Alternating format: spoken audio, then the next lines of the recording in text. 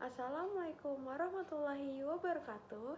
Perkenalkan, nama saya Niken Triyuniwati dengan NIM 432190107. Di dalam video ini, saya akan membahas tentang dua masalah kondisi perekonomian di Indonesia. Video ini dibuat untuk memenuhi tugas besar 2 mata kuliah perekonomian Indonesia. Mari kita mulai, langsung saja ke videonya. Masalah kondisi perekonomian di Indonesia. Yang pertama, konsep dan tujuan dari kebijakan pemerintah mengenai otonomi daerah sebagai salah satu percepatan pembangunan di Indonesia. Sebelumnya kita harus mengetahui apa itu otonomi daerah. Berdasarkan UUD nomor 32 tahun 2004 tentang pemerintahan daerah, definisi otonomi daerah adalah hak, wewenang, dan kewajiban daerah otonom untuk mengatur dan mengatur sendiri urusan pemerintahan dan kepentingan masyarakat setempat sesuai dengan peraturan perundang-undangan. Tujuan otonomi daerah berkaitan dengan upaya meningkatnya kesejahteraan masyarakat, pelayanan umum bagi masyarakat, hingga daya saing daerah dengan meningkatkan potensi yang ada. Dari segi penyelenggaraannya, otonomi daerah pemerintahannya tidak terlepas dengan asas desentralisasi. Asas desentralisasi merupakan penyerahan kekuasaan pemerintah oleh pemerintah pusat kepada daerah otonom berdasarkan asas otonomi. Dalam pelaksanaan otonomi daerah berlandaskan pada acuan hukum.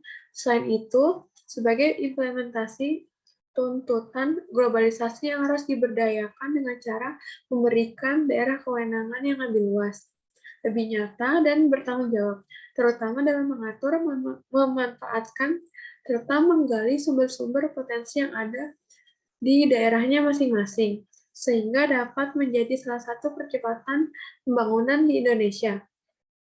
Dalam konsep dan tujuan dari kebijakan otonomi daerah, pemerintah dan masyarakat di suatu daerah memiliki peranan yang penting dalam meningkatkan kualitas pembangunan di daerahnya masing-masing. Karena dengan adanya otonomi daerah, menjadikan kegiatan pemerintahan dapat berjalan lebih efektif. Kewenangan berada di tangan daerah. Kemudian potensi sumber daya alam dan sumber daya manusia dapat dimanfaatkan dengan lebih efektif dan efisien. Hal ini terutama disebabkan karena dalam otonomi daerah menjadi peralihan kewenangan pada awalnya diselenggarakan oleh pemerintah pusat, kini menjadi urusan pemerintah daerah masing-masing, serta otonomi daerah telah memberikan solusi untuk mendorong kemajuan pembangunan daerah, di mana masyarakat didorong dan diberikan kesempatan yang luas untuk mengembangkan kreativitas dan inovasi. Otonomi daerah juga meningkatkan pelayanan serta partisipasi aktif masyarakat sehingga membantu percepatan pembangunan. Yang kedua, masalah apa saja yang timbul akibat dari otonomi daerah ini, dan kebijakan apa yang dilakukan dari pemerintahan pusat guna mengatasi masalah tersebut. Uh, Sejak diberlakukannya paket UU mengenai otonomi daerah, banyak orang yang sering membicarakan aspek positifnya. Memang tidak disangka bahwa otonomi daerah membawa perubahan positif di daerah. Tanpa disadari, beberapa dampak yang tidak menguntungkan bagi pelaksanaan otonomi daerah. Adapun masalah otonomi daerah yang pertama, adanya eksploitasi pendapatan daerah. Salah satu konsekuensi otonomi adalah kewenangan daerah yang lebih besar dari pengelolaan keuangannya, mulai dari proses pengumpulan pendapatan sampai pada alokasi pemanfaatan pendapatan daerah tersebut. Dengan kewenangan semacam ini, sebenarnya sudah muncul resiko bawaan bahwa daerah akan melakukan upaya maksimalisasi, bukan optimalisasi, perolehan pendapatan daerah. Yang kedua, pemahaman terhadap konsep desentralisasi dan otonomi daerah yang belum mantap. Realitas politik bahwa warga negara Indonesia kebanyakan menghendaki peran yang lebih besar dalam mengelola urusan sendiri. Meskipun demikian, tata pemerintahan lokal yang baik pada saat ini belum dapat dilaksanakan di Indonesia, meskipun sistem desentralisasi telah dilaksanakan. mayoritas dari aparat pemerintah baik pusat maupun daerah masih belum mengalami perubahan yang mendasar karena perubahan sistem tidak dibarengi dengan penguatan kualitas sumber daya manusia yang menunjang sistem pemerintahan yang baru. Yang ketiga, penyediaan aturan pelaksanaan otonomi daerah yang belum memadai. Ada dua penyebab utamanya, yaitu yang pertama, pemerintah pusat rupanya tak kunjung serius memberikan hak otonomi kepada pemerintah di daerah. Yang kedua, desentralisasi telah menggelembungkan semangat yang tak terkendali di kalangan sebagian elit di daerah, sehingga memunculkan sentimen kedaerahan yang amat kuat. Yang keempat, kondisi SDM aparatur pemerintahan yang belum menunjang sepenuhnya pelaksanaan otonomi daerah. Semenjak diberlakukannya otonomi daerah, sebagian pemerintah daerah bisa melaksanakan amanat konstitusi, meningkatkan taraf hidup rakyat, mensejahterakan rakyat, dan mencerdaskan rakyat. Berdasarkan data yang ada, 20% pemerintahan daerah mampu menyelenggarakan otonomi daerah dan terdapat kesejahteraan rakyat. Namun, masih terdapat 80% pemerintahan daerah dinilai belum berhasil menjalankan visi, misi, dan program desentralisasi. Yang kelima, korupsi di daerah. Fenomena lain yang sejak lama menjadi kekhawatiran banyak kalangan berkaitan dengan implementasi otonomi daerah adalah bergesernya praktik korupsi dari pusat ke daerah. Sinyalemen ini menjadi semakin beralasan ketika terbukti bahwa banyak pejabat publik yang masih mempunyai kebiasaan menghambur-hamburkan uang rakyat untuk piknik ke luar negeri dengan alasan studi banding. Yang keenam, adanya potensi munculnya konflik antar daerah. Kebijakan yang dilakukan pemerintah guna mengatasi masalah otonomi daerah yang pertama, membuat master plan pembangunan nasional untuk membuat sinergi pembangunan di daerah, agar menjadi landasan pembangunan di daerah dan membuat pemerataan pembangunan antar daerah. Yang kedua, memperkuat peranan daerah untuk meningkatkan rasa nasionalisme dengan mengadakan kegiatan menanam nasionalisme seperti kewajiban mengibarkan bendera merah putih. Yang ketiga, melakukan pembatasan anggaran kampanye karena menurut penelitian korupsi yang dilakukan kepala daerah, akibat pemilihan umum berbiaya tinggi membuat kepala daerah melakukan tindakan korupsi. Yang keempat, melakukan pengawasan Perda agar sinergi dan tidak menyimpang dengan peraturan di atasnya yang lebih tinggi. Yang kelima,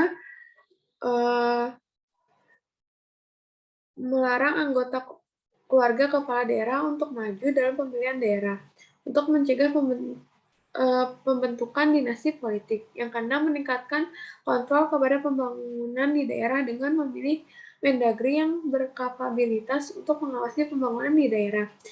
Yang ketujuh, melakukan good governance dengan memangkas birokrasi, mengadakan pelayanan satu pintu untuk masyarakat, melakukan efisiensi anggaran. Yang kedelapan, meningkatkan pendapatan asli daerah dari sektor SDA dan pajak, serta mencari dari sektor lain seperti jasa dan pariwisata, digunakan untuk kesejahteraan masyarakat.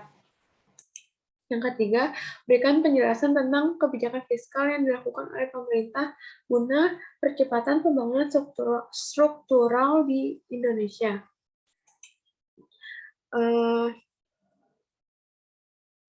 Pemerintah menyusun kebijakan fiskal untuk percepatan pembangunan struktural di Indonesia dengan tema kebijakan fiskal tahun 2002, pemulihan ekonomi dan reformasi struktural. Pemulihan sosial ekonomi akan terus dimantapkan sebagai penguatan fondasi untuk mendukung pelaksanaan reformasi struktural secara optimal. Reformasi struktural merupakan hal yang sangat fundamental untuk pemulihan dan akselerasi pertumbuhan ekonomi pasca pandemi. Karena Indonesia bukan hanya harus tumbuh, tetapi tumbuh dengan cepat dan berkelanjutan. Pada tahun 2022, pemerintah merencanakan kebijakan fiskal yang tetap ekspansif untuk mendukung percepatan pemulihan sosial ekonomi, juga kualitatif untuk menyehatkan APBN dengan penguatan reformasi struktural. Terdapat 6 fokus dalam kebijakan fiskalnya.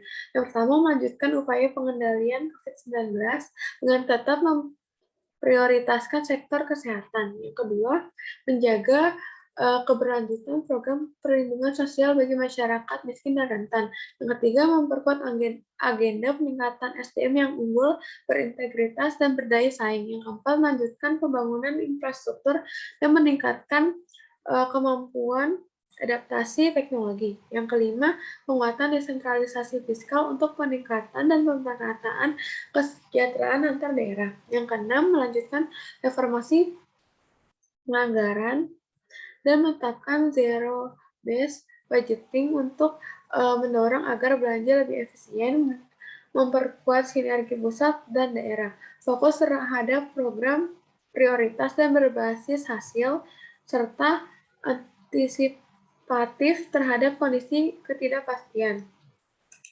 Yang keempat, kaitkanlah hubungan kebijakan percepatan pembangunan tersebut bagi peran Indonesia dalam menghadapi globalisasi.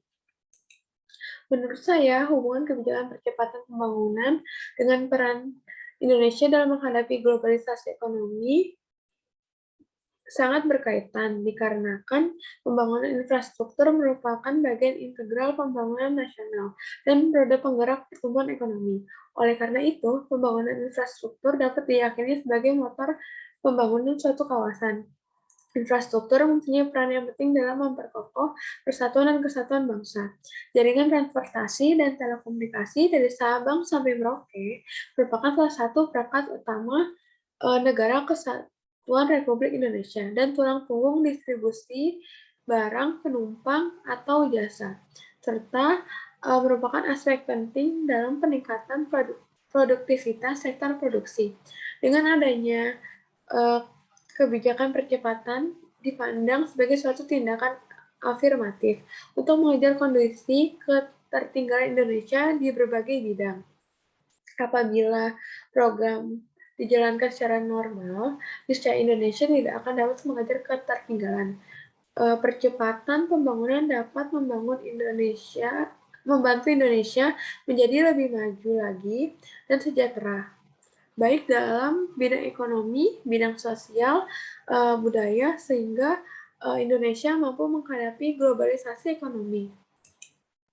Adapun peranan yang dilakukan Indonesia dalam menghadapi globalisasi, yaitu menjalin hubungan kerjasama dengan negara-negara lain, seperti Indonesia sebagai satu negara yang tidak terlepas dari globalisasi, harus memanfaatkan untuk menawarkan barang dan jasa serta budaya. Selain itu, meningkatkan kualitas sumber daya manusia agar menghasilkan barang yang berkualitas dan mampu bersaing dengan negara-negara lain. Contohnya, Indonesia menjalin perdagangan internasional dengan Thailand. Akan tetapi, Indonesia menerapkan kebijakan pembatasan jumlah barang yang dapat diekspor ke Thailand. Yang kelima, identifikasi tantangan dan hambatan di masa yang akan datang, dan apa solusi dari Anda sebagai SDM yang berada di dalam persaingan global saat ini. Tantangannya yang akan dihadapi yaitu berdasarkan data CEA World Factbook tahun 2016, PDF Indonesia termasuk dalam PDB negara ASEAN sebesar 2,16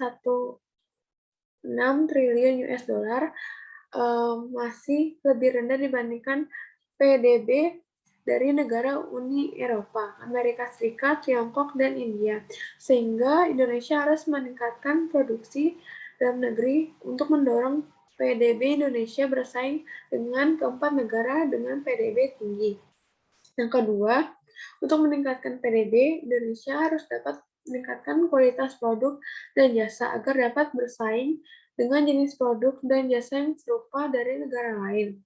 Yang ketiga, sumber daya manusia yang berkualitas pun harus terus ditingkatkan dan diasah kemampuan dan keterampilannya terlebih pada era digital seperti sekarang ini. Sumber daya manusia yang lebih menguasai teknologi diharapkan dapat terus berinovasi dan kreatif dalam menghasilkan produk dan jasa yang berkualitas. Tantangannya yang keempat, era digital pun menjadi tantangan pada sistem packaging dan pemasaran terus berinovasi dalam menarik minat calon customer baik dari dalam maupun luar negeri. Yang kelima, era pembayaran secara digital juga menjadi tantangan para pengusaha agar semua kalangan dapat memanfaatkan pembayaran secara digital, terlebih pada saat pandemik, demi memutus rantai penyebaran virus dari uang secara cash. Hambatannya, dari segi sumber daya manusia masih belum semua lapisan menguasai teknologi, seperti masyarakat pedesaan di daerah pelosok. Yang kedua, masih ada daerah yang belum tercover jaring internet. Hal ini yang dapat menghambat edukasi teknologi pada masyarakat di daerah tersebut, seperti pembelian secara online atau pembayaran secara digital. Yang ketiga, di masa pandemi ini, isu-isu kesehatan masih menjadi hambatan bagi pemulihan ekonomi. Masih banyak perusahaan yang proses kegiatannya masih terbatas. Jumlah karyawan yang dibatasi, sehingga proses operasionalnya belum bisa berjalan secara normal dan berdampak pada pendapatan perusahaan. Solusi yang dihadapi oleh perekonomian Indonesia dan SDM yang pertama, dengan mengembangkan generasi pengisi pembangunan yang memiliki semangat nasionalisme tinggi untuk memperjuangkan kepentingan dan tujuan pendirian bangsa ini, serta generasi penerus bangsa juga harus memiliki semangat untuk berpikir secara kreatif dan berinovasi, agar gagasan segar dapat senantiasa lahir dan bertumbuh. Yang kedua, dengan melakukan pembangunan ekonomi harus menerapkan prinsip efisiensi yang didukung oleh peningkatan kemampuan sumber daya manusia dan teknologi untuk memperkuat landasan pembangunan berkelanjutan dan meningkatkan daya saing nasional. Yang ketiga, pembangunan ekonomi makro harus dikelola secara hati-hati, disiplin, dan bertanggung jawab dalam rangka menghadapi ketidakpastian yang meningkat akibat proses globalisasi. Yang keempat, sebagai generasi penerus bangsa harus mengetahui kunci kesuksesan dalam menghadapi persaingan global terletak pada kekuatan persatuan, karakter bangsa, menguasai ilmu pengetahuan, serta teknologi yang dilandasi dengan sikap nasionalisme. Kurang lebihnya mohon maaf. Wassalamualaikum warahmatullahi wabarakatuh.